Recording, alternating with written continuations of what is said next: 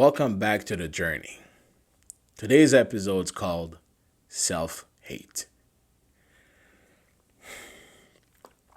I remember one day I was in my bachelor in Toronto, and that day I felt so alone.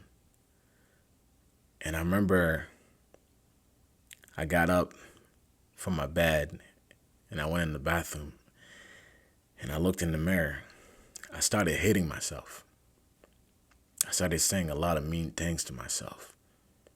And I just kept slapping myself. And the more I stare at myself, the more I was disgusted. And I remember I broke down crying. And that day, after I shed tears, and I went down on my knees and prayed. And I said, God, if you don't want me here, then do what you got to do. God doesn't take us away from this world. Death does. God just takes our spirit when we're no longer here in the physical body. So I apologize for saying those things, because spending too much time in your head can deprive you from living your best life. Self-hate, for real, self-hate will distract you from self-love, from your true loved ones, from God.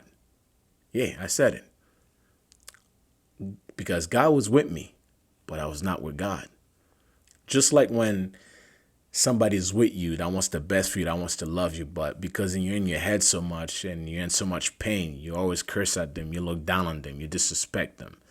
And then not because they're wrong, it's because you're so into yourself, being selfish, being mean, not want to help because you think you're bigger than everybody.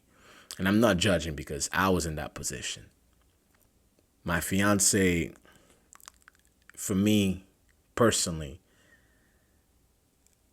I've met a few people around the world. I don't think there's a greater human being in an angel form in a human body that ever existed like that.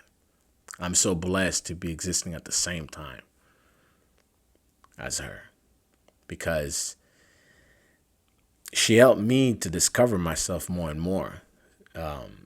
She's the one that told me, yo, if I'm not there and then you don't have your people with you, just go to the movies by yourself. Go to dinners by yourself. Get to know yourself.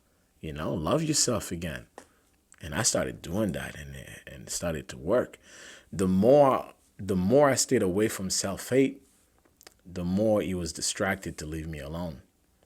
And when I introduced self-hate to self-love, he wished that he met love sooner.